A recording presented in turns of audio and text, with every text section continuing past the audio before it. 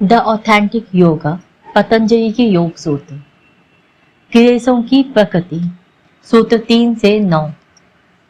अविद्यास्मिता राग द्वेषाभिनिवेशा पंचकलेशा। क्लेश 5 प्रकार के होते हैं। अविद्या, अनभिज्ञता, अस्मिता, मैं हूं भाव की भावना, राग, सुख में आसक्ति, द्वेष, दर्द से घृणा, तथा अभिनिवेश, सदा रहने का हठ। अविद्या छित मुक्तिरेषां प्रसुप्त तनु विच्छिन्नो दाराराम। अविद्या, अनभिज्ञता वह भूमि है जिसमें बाकी 4 क्लेश अपनी जड़ें जमाते हैं और फिर 4 रूपों में प्रकट होते हैं। ये 4 रूप है छुपा हुआ यानी अचेतन मन, तुच्छता में रुचि लेने वाला मन, विभिन्न वस्तुओं में छुटपुट रुचि लेने वाला तथा विच्छिन्न मन तथा छुटपुट व्यस्तताओं के जरिए व्यक्तिगत जीवन के संपूर्ण क्षेत्र में फैला मन।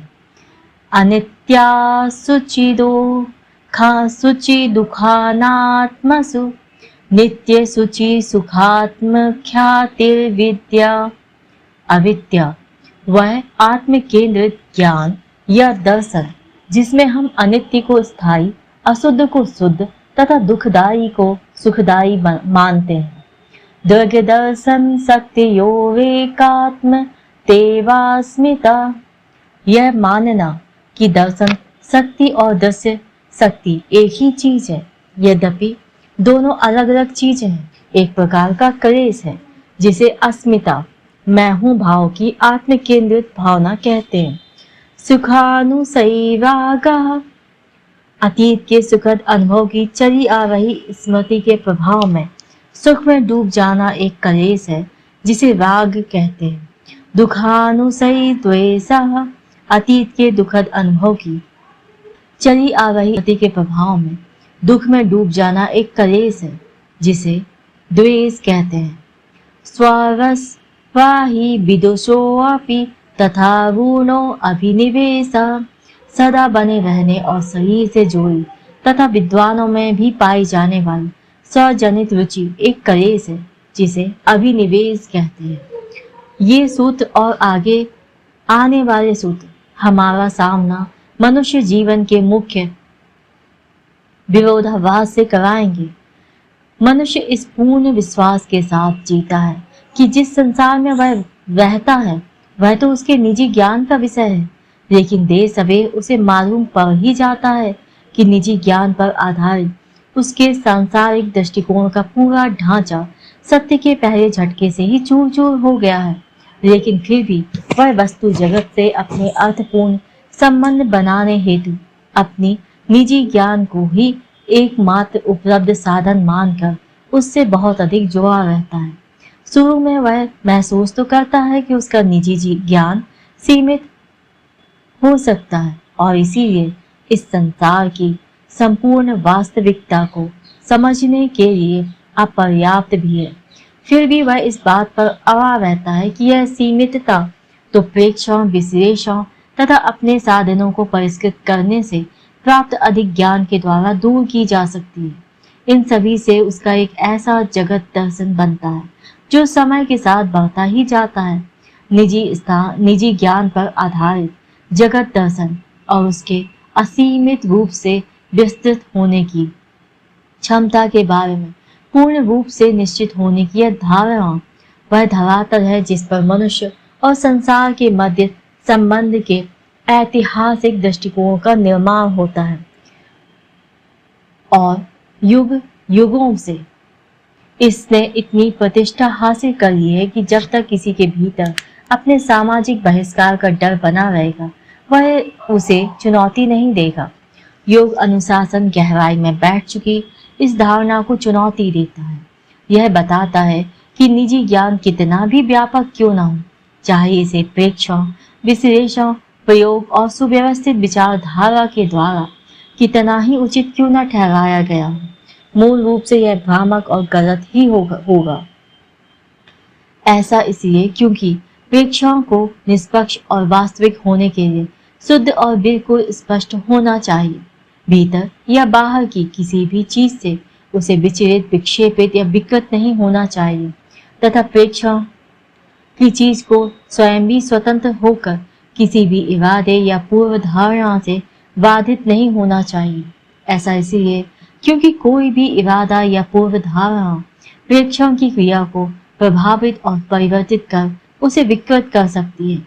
कोई भी वह चीज जिसके प्रेक्षण में ही विकृति रही हो, बाद में विश्लेषण करने, प्रयोग करने और फिर एक व्यवस्थित विचार श्रृंखला की रूपरेखा प्राप्त करने पर कभी भी वास्तविकता नहीं बन सकती। इस बात की सच्चाई यह है कि प्रवृत्तिज मन अर्थात एक ऐसा मन जो अतीत के संस्कारों व उनसे उपजी अंतर स्थित पसंद व नापसंद से बोझिल रहता है, शुद्ध प्रेक्षण के योग्य ही नहीं होता।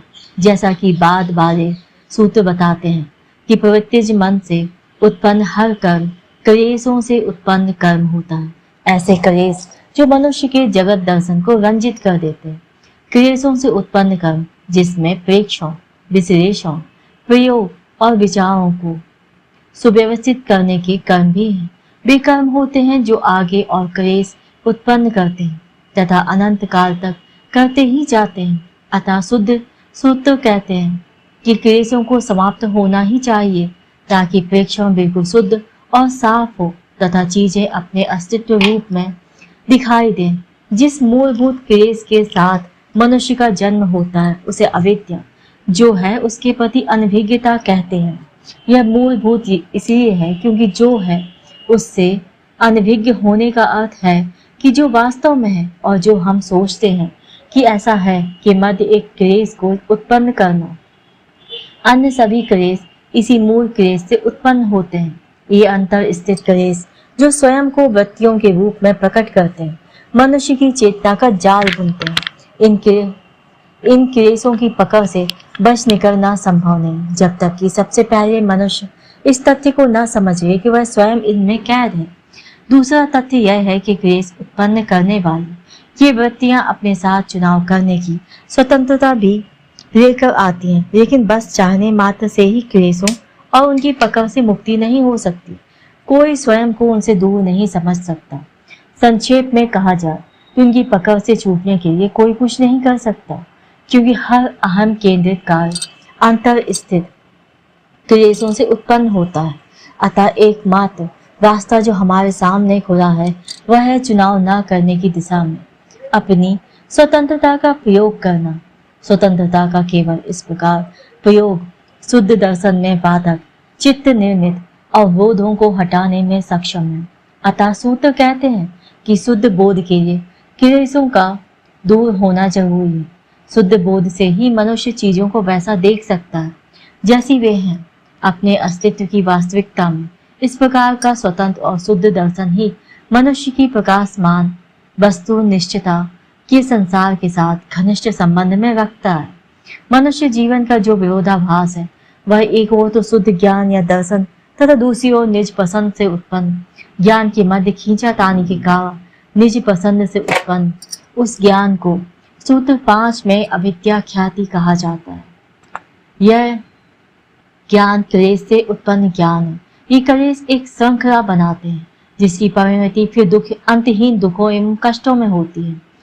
सूत्र 3 से सूत्र 9 तक में 5 प्रमुख क्लेशों का वर्णन किया गया है। पहला और प्राथमिक क्लेश अविद्या है। इस शब्द का अर्थ है जो है उसके प्रति अनभिज्ञता। उसकी उत्पत्ति संस्कृत की विद धातु से हुई है जिसका अर्थ है जानना, समझना, सीखना, मालूम करना, सुनिश्चित करना तथा खोजना। उपसर्ग आ का अर्थ है निषेध। अतः जो है के बारे में जानने, सीखने, समझने, मालूम करने, सुनिश्चित करने तथा खोजने की भावना के निषेध को अनभिज्ञता की अवस्था में रहना कहते हैं। ऐसी आत्म केंद्रित चेतना के साथ जीने को जिसे भीतर और बाहर का भी ज्ञान नहीं है अविद्या कहते हैं। विद धातु का अर्थ होना, अस्तित्व में होना भी है। अतः अविद्या का अर्थ उस चीज का ज्ञान है जिसका असल में कोई अस्तित्व ही नहीं है, लेकिन जिसे वृत्ति स्वरूप अस्तित्व मान लिया गया है और इस प्रकार वह ज्ञान की एक वस्तु बन गई है। यह कल्पना अतीत के उन अनुभवों की स्मृति से उत्पन्न कल्पना है जो मन अथवा मस्तिष्क की कोशिकाओं पर छप चुके हैं। स्मृति द्वारा प्रेरित समस्त ज्ञान निश्चय ही अतीत का ज्ञान होता है, जो मृत होता है, जो हमेशा के लिए जा चुका है। ये सक्रिय वर्तमान में उसका कोई अस्तित्व नहीं होता, लेकिन फिर भी बिना वजह उसे अस्तित्व में मान लिया जाता है। ऐसी कल्पनाओं पर आधारित ज्ञान का उद्देश्य उन चीजों के अस्तित्व को निरंतरता प्रदान करना होता है जो असल में अस्तित्व में नहीं है। इन अर्थों की बारीकियों को समझने में रखते हुए, को ध्यान में रखते हुए अविद्या को इस प्रकार परिभाषित किया जा सकता है। वह ज्ञान अथवा दर्शन, ख्याति, जिसमें हम उसे स्थायी नित्य मान लेते हैं, जो असल में अस्थायी अनित्य है। सूत्र 5। इस सूत्र में वर्णित अविद्या को ख्याति कहा जाता है। इस शब्द की उत्पत्ति संस्कृत की ख्या धातु से हुई है, जिसका अर्थ है कहना, घोषित करना, बताना। हम कह सकते हैं, घोषित कर सकते हैं और बता सकते हैं कि क्या असली है अथवा किसे वृत्ति स्वरूप असली मान लिया गया है, लेकिन जो वास्तव में वैसा नहीं है। इस वृत्ति स्वरूप असली मान लेने को अविद्या ख्याति कहते हैं। ख्याति तो बस एक नाम या शब्दीकरण है जिससे कि हम अपनी बात पहुंचा सकें। भीतर और बाहर असल में जो अस्तित्व है, इससे इसका कोई लेना देना नहीं है। यह तो मानना, कल्पना करना और अभिव्यक्ति को शब्दों में व्यक्त करना, यह एक घोषणा है। हर चीज जो अस्तित्व में है वह दूसरों को अपने होने की घोषणा अपने अस्तित्व की यथार्थता से ही करती है। एक शेर या सांप अपने अस्तित्व से इस बात को घोषित करता है कि कोई भी उसके पास जाएगा तो खतरा मोल लेकर ही आएगा। मनुष्य भाषा प्राणी होने के कारण शब्दों से बता देता है कि वह क्या है, लेकिन शब्द कोई वस्तु नहीं है होते। वे तो उन वस्तुओं की ओर संकेत करते कि जिन वस्तुओं का अस्तित्व हो भी सकता है और नहीं भी, लेकिन मनुष्य शब्दों में बंध कर रह जाता है, जिनकी बराबरी वह ज्ञान अथवा सत्य से करने लगता है। यही अविद्या ख्याति या वह मायावी ज्ञान है जिस पर प्रायः मनुष्य का संपूर्ण सांसारिक दृष्टिकोण आधारित होता है। इस प्रकार इसका ज्ञान, उसका दृष्टिकोण या जगत दर्शन बिल्कुल उलट जाता है। वह अस्थायी को स्थायी, अशुद्ध को शुद्ध और दुखद को सुखद मान बैठता है। क्या ऐसा कोई सुख है जो दर्द, मोह, भंग या हताशा में ना बदल जाता हो, लेकिन अस्तित्व परिस्थिति के तथ्यों से पूर्णतः बेखबर रहते हुए क्षणिक सुख की लहरों में बहकर मनुष्य अविद्या में स्थापित होने लगता है और इसीलिए जो अस्थायी है उसे स्थायी मानने लगता है। इस प्रकार मनुष्य जीवन का संपूर्ण स्वरूप ही स्थायी और अस्थायी, शुद्ध और अशुद्ध तथा सुख और दुख की झूठी धारणाओं पर प्रेरित रहता है। इस प्रकार अविद्या वह भूमि बन जाती है जिसमें सभी क्लेश, मानसिक क्लेश जड़ पकड़ते हैं और फिर मनुष्य को अपने चंगुल में फंसाने के लिए कई रूपों में प्रकट होते हैं। पहला क्लेश जिसकी जड़ें मनुष्य के मन में जमती हैं वह है मैं हूँ भाव की भावना, अस्मिता।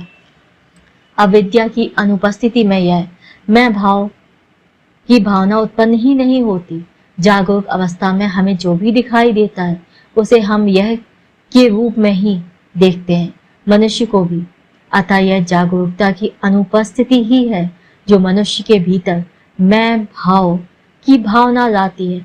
मैं भाव की यह भावना अस्तित्व की एक अविभाज्य इकाई दर्शाती है। यह भावना मनुष्य को इस तथ्य से बिल्कुल अनभिज्ञ रखती है कि वह दो भिन्न प्रकार की शक्तियों से मिलकर बना है और जो कभी भी एक नहीं हो सकती। ये दो शक्तियां एक शरीर में होते हुए भी एक दूसरे से हमेशा भिन्न रहनी चाहिए और जैसा भी होती भी है, एक ही स्थान व समय पर मनुष्य दृष्टा भी होता है और दृश्य भी। मनुष्य के लिए यह केवल एक संभावना ही नहीं बल्कि एक जरूरत भी है कि वह देखे कि दृष्टा कभी दृश्य नहीं हो सकता और दृश्य कभी दृष्टा नहीं हो सकता। वृत्ति स्वरूप इन दो भिन्न शक्तियों को मिला देने और उनकी अदला बदली कर देना स्वयं को भ्रम में डालना है। ये दोनों शक्तियां हर पल आपस में आदान प्रदान करती हैं। इस आदान प्रदान का अर्थ ही यह है कि वे दोनों हमेशा अस्तित्व और जीवन की दो भिन्न शक्तियां बनी रहेंगी। असल में मनुष्य का हर अनुभव, चाहे वह सही हो या गलत, इन दो शाश्वत भिन्नताओं के अस्तित्वों के मध्य आदान प्रदान का ही परिणाम है। इस तथ्य को देखें और स्वीकारें। बिना किसी भी चीज का स्पष्ट अनुभव नहीं हो सकता तथा क्या सत्य है और क्या सत्य, इसकी भी कोई चर्चा या कोई खोज नहीं हो सकती। अतः मैं हूँ भाव की भावना जो है उसके प्रति जागरूक न होने का परिणाम है। मनुष्य के भीतर यह प्रसुप्ति गहरी नींद या चेतना के समान दिखने वाली अचेतना के रूप में वास कर